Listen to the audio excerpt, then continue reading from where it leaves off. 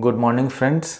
आज हम लोग बात करेंगे स्ट्रोक पेशेंट के बारे में, जो पेशेंट हमारे हॉस्पिटलाइज रहते हैं और उनको हॉस्पिटल के बाद किस तरह से घर पे केयर करना चाहिए ताकि मैक्सिमम इम्प्रूवमेंट हो जाए। मैं हूं doctor Surendra Gupta, consultant neurosurgeon. हमारे पास जो स्ट्रोक के पेशेंट्स आते हैं वो जो डिस्चार्ज होने के टाइम सबसे ज़्यादा यही क्वेश्चन उनके रिलेटिव का रहता है कि हम लोग पेशेंट को किस तरह से घर पे मैनेज करेंगे और क्या क्या ध्यान रखना चाहिए। तो जब हम लोग पेशेंट को डिस्चार्ज करते हैं, इस तरह के पेशेंट जनरली कैथेटराइज होते हैं, मतलब पेशाब की नली लगी रहती है, एक साइड पैरालिसिस रहता है, स्पीच में थोड़ा बहुत डिफ़िकल्टी रहता है, वो खुद से लगभग हर पेशेंट चल नहीं पाते हैं, उनको असिस्टेंस लगता है। तो इस तरह के पेशेंट में सबसे ज़रूरी चीज़ होता है न्यूट्रिशन, जो अच्छा high calorie diet, high protein diet मिलना चाहिए। जो पेशेंट शुगर के होते हैं या ब्लड प्रेशर के होते हैं उनको उसी तरह का रेस्ट्रिक्टेड डाइट मिलना चाहिए।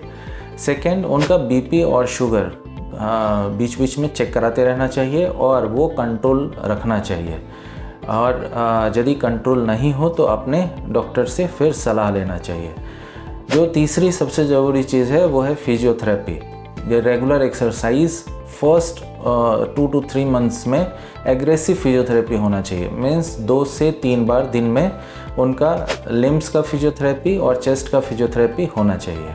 जो नेक्स्ट इम्पॉर्टेंट चीज़ है वो है व्हीलचेयर मोबिलाइजेशन या असिस्टेड वॉकिंग। यदि पेशेंट खुद से नहीं चल पा रहा है, खुद से नहीं बैठ रहा है, तो ऐसे पेशेंट को कम से कम 2 से 3 बार दिन में व्हीलचेयर मोबिलाइजेशन करना चाहिए या फिर असिस्टेड वॉकिंग कराना चाहिए।